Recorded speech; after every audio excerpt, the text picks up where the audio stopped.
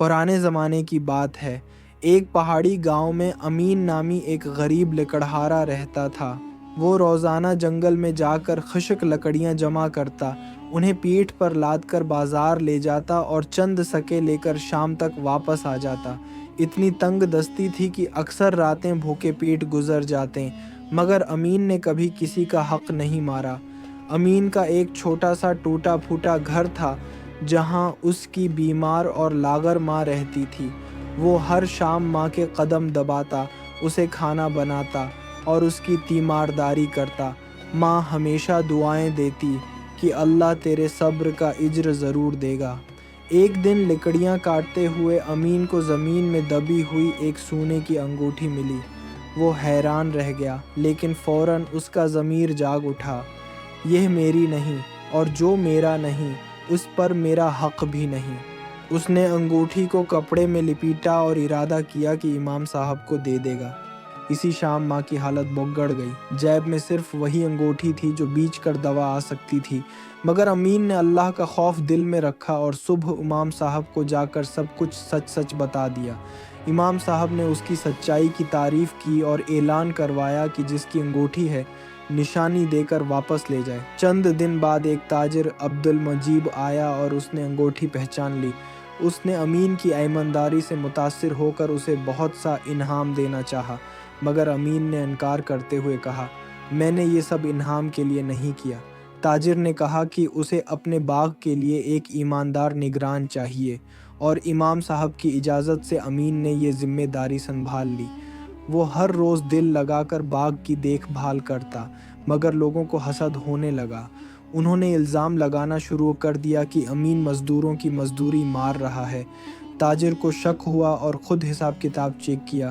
کچھ پرانے کاغذات میں یہ ثابت ہو گیا کہ اصل سازش ایک پرانے مزدور کلیم کی تھی۔ امین ایک بار پھر سرخرو ہو گیا۔ تاجر نے اسے پورے باغ، دکانوں اور حسابات کا انچارج بنا دیا۔ اب وہ گاؤں کا ایک معتبر شخص بن چکا تھا۔ پھر ایک دن تاجر نے اسے اپنی بیٹی کے نکاح کے لیے سونا پہنچانے کا کام سونپا۔ راستے میں کچھ نوجوانوں نے اسے بہکانے کی کوشش کی، مگر امین نے انکار کر دیا۔ لیکن بعد میں ایک بوری ہلکی نکلی اور ایک بار پھر اس پر چوری کا الزام لگا۔ تاجر نے خود تحقیق کی اور وہی گمشدہ سونا ایک جھاڑی سے مل گیا۔ تاجر نے سب کے سامنے امین سے معافی مانگی اور کہا، سچا انسان وہی ہے جس کے پاس ایمان ہو۔ تاجر نے اسے شہر چلنے کی دعوت دی تاکہ اپنی بڑی دکان اس کے سپرد کرے، مگر امین نے انکار کر دیا۔ وہ گاؤں چھوڑنا نہیں چاہتا تھا کیونکہ اس کے سچ اور کردار سے کئی لوگ متاثر تھے۔ امین نے گاؤں میں ہی سچ کا سودا نامی ایک دکان کھولی۔ یہ دکان پیسے سے زیادہ اعتماد بیچتی تھی۔ ایک دن ایک غریب عورت ایک یتیم بچے کو لے کر آئی اور امین سے کہا، یہ میرا نہیں، میں پال نہیں سکتی، کیا آپ اسے اپنا سکتے ہیں؟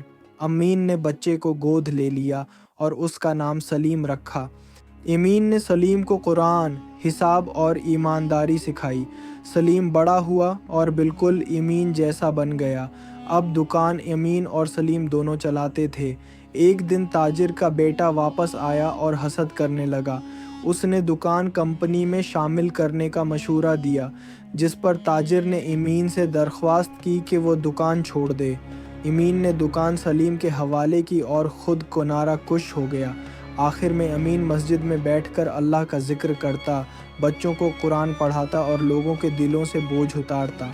سلیم روز دکان بند کرتے وقت ایک چٹھی رکھتا، جو بھی یہاں آئے اسے امین کی طرح لوٹانا، کیونکہ ہر سچے کردار کا نام امین ہوتا ہے۔